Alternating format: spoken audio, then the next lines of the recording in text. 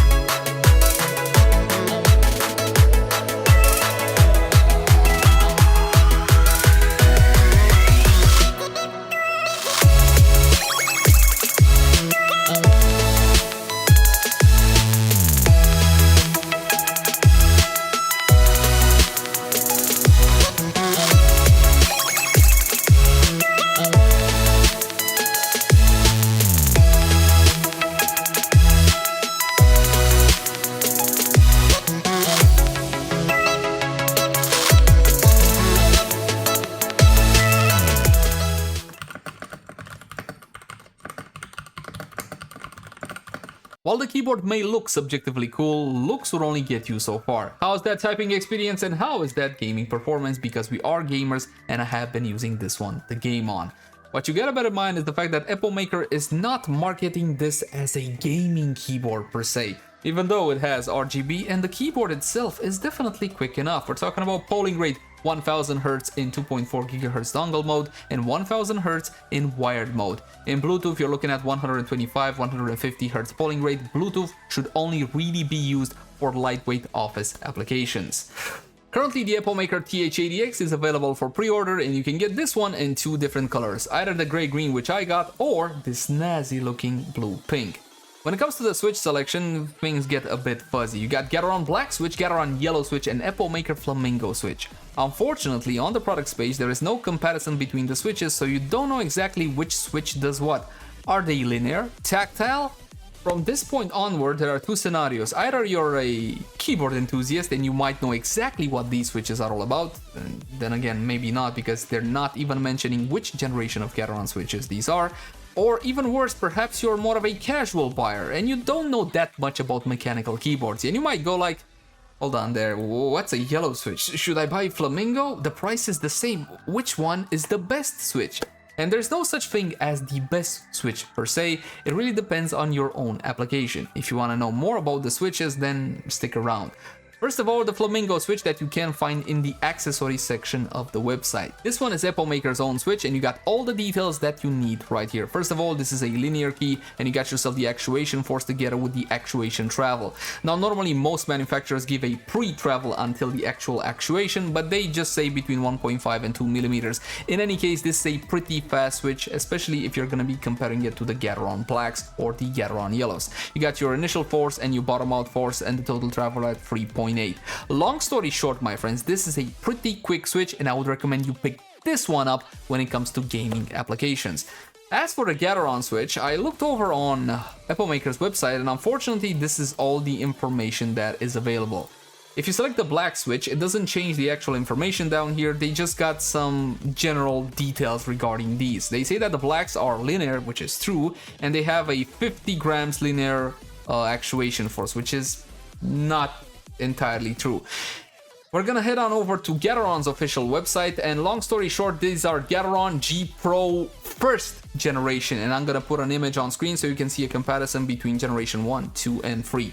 There's small differences between Gen 1, Gen 2, and Gen 3, and most people are not going to be able to tell the difference and are not really going to be able to feel the difference between them. What you gotta know about these G Pro switches is the fact that they are pre-lubed, and that's definitely a fantastic thing. As for the operating force, actually for these, 60 grams plus minus 15. Now that plus minus is essentially the tolerance of the switch, pre-travel at 2 millimeters plus minus 0.6. You see, my friends, this is at best a typing switch. I would not buy black switches from Gateron for gaming applications where you need something a bit faster. Not only that, but considering these are Gateron G Pro Generation 1 black switches, then you should bear in mind the fact that the bottom out force on these is over 80 grams. So if you're looking for that more pushy typing experience, you're gonna be loving your time with these. But if you're looking for a more lighter touch, then go for the Gateron G Pro yellow switches, which again are an option over on the Epomaker website. Ideally, you would have a chart here comparing all the switches and all the specifications so you have an easier choice in making your decision. But for the time being, go for Flamingo for gaming applications. For typing applications, we're going to be going for the blacks or the yellows. Yellows for a lighter touch, blacks for a heavier touch. The keycaps themselves are double shot ABS, and this is a custom profile. It's called NAE, and apparently it's specific to Epomaker. And I gotta be honest, initially when I saw it, I was like, that looks a little bit funky. But after using it for a couple of days, I gotta say, I love the soft touch finish on this. It's absolutely fantastic, and I grew accustomed to the giant lettering. It's actually quite easier to see and use. Now we're just gonna be touching on the wrist for just a bit. This is not made by Epomaker, this is made by a company called CIDOO, and I have never used their products before, and I love the honeycomb style of design. This means that my arms never get overly sweaty, and I love the position on the keyboard. My problem is the fact that it's not exactly ideal for a 75%. When you WASD, sometimes you hold your arm like this, which means you make contact right on the edge and kind of like slip out. It's not fantastic. Also, it's not overly stable. Now on a mat, you should be all good. but on wood, this one unfortunately slides around a bit too much. I would love to see some more grippy feet. Something that creates more frictions on this one stays in place. And I also love the fact that it's quite flexible and it can have other applications as well. Now let's talk about the knob. I love this thing. This is by far the best feature of the keyboard from my subjective point of view. Now, you might see this as plastic, but it is cold to the touch, so I'm assuming this one is actually made out of metal, and it feels very substantial, very hefty. There's no wobble whatsoever to this one. It feels solid, and I was able to use this one in Premiere Pro to bind it to my zoom function, which helped me out a whole lot, because essentially, because this one is so big, you can use it like so, which is a giant help. I love this thing. I want to see it in more keyboards. Outside of that, the keyboard is extremely solid. Look at this. There is I'm serious. There is essentially no flex to it, and I left the best part out.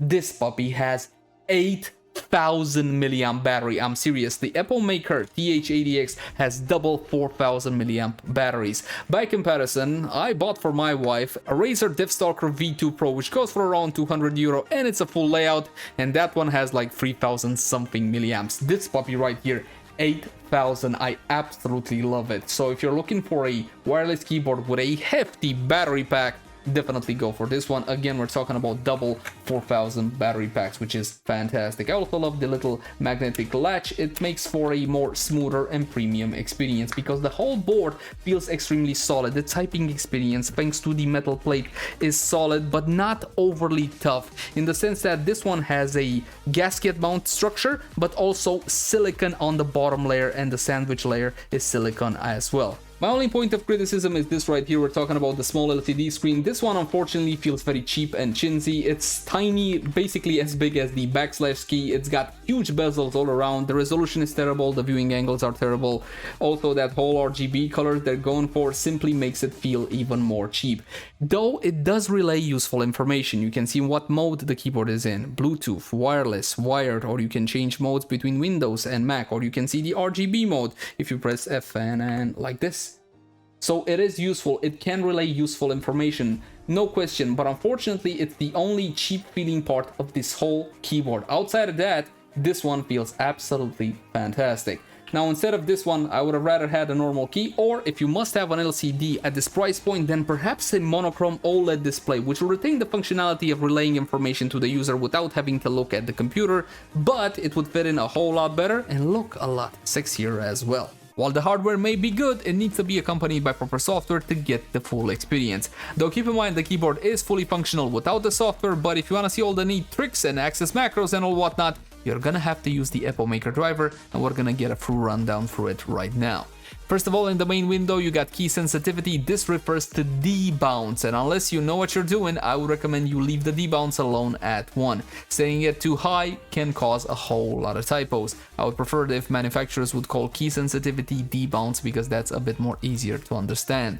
Second tab is called lighting, and this is where you're going to be able to select all your fantastic RGBs and all whatnot. If you're a gamer, you're going to be loving yourself some RGB. There are tons of effects, including music effects, as well as a custom effect if you want to color one by one. Unfortunately, this custom effect is a bit limited. I would love to see layers here so you can make some more advanced RGB light shows. For the time being, there are plenty of RGB shows for you to choose from. In this section, you can control the time it takes the keyboard to actually go to sleep. If you want to save some batteries, you can leave these a bit lower. Again, user preference. Macro section, self-explain. You make yourself a nice macro, you click start, stop, and you get yourself macro number 1 that can be placed essentially in any key of the keyboard in the main section. For example, I can click on this, go to macro, I select my macro, boom, confirm, and I am done. Or I can simply reset to go back to default. Sketchpad. In the sketchpad, essentially what you can do here is make yourself a nice little artwork for your little display. Now, of course, I'm not that talented, so what I did is download, because you can download a couple of them. You go to share. The first section of the share is about sharing macros, and the second one, the share picture, you can download some cool little GIFs to use on your little display. And I gotta say, I do like the neon cat. In the support section, you can update the app and the firmware as well. Already updated firmware and it went off without a hitch, but what you gotta bear in mind is the fact that you can only do these updates via wired mode, and that's a safety feature. Overall, the software is functional. I do think it gets the job done, but I wish it was a bit more snappier. So leaving the cosmetic aspect aside of the app, I would say that it's functional but could do with some improvements. And that's pretty much gonna do it. It's time to draw some conclusions regarding the Epomaker TH80-X. And I gotta be honest, I am digging this keyboard. I love the build quality. Essentially, this one is built like a brick, like a tank. There is no flex whatsoever. It's extremely heavy, therefore it's gonna be very planted on your disc. And I love that feeling of solidity. You can hurt somebody with this thing. It's 1.1 kilos. And I love the fact that you're looking at 8,000 milliamp battery. That's how you do a battery. The overall typing experience is fantastic, but I'm the kind of guy that likes a metal plate, and this one has an iron plate, though it is gasket mounted, so you do have a little bit of squish to that experience, that whole typing experience. While the switches may not be my favorite part of the board, those are interchangeable. Again, we're talking about a fully hot swappable board. And honestly, I was expecting not to like this custom keycap profile, but in about a day and a half, I got fully used to it, and it's a lot easier for me to see what I'm typing on thanks to the huge lettering. Obviously, again, these are subjective things, and it will be entirely up to you if you like these things or not. Keep in mind, you can change your keycaps, you can change your switch. What is important here is how solid the board is. Love the knob. The only thing that I don't love is the little LCD display. Now, don't get me wrong, I like seeing a little Pikachu run around there, and that definitely can be fun. But the reason I don't like it is the fact that I feel it brings down the feel of the whole board. Everything about the TH80-X feels quality, premium, solid, fantastic.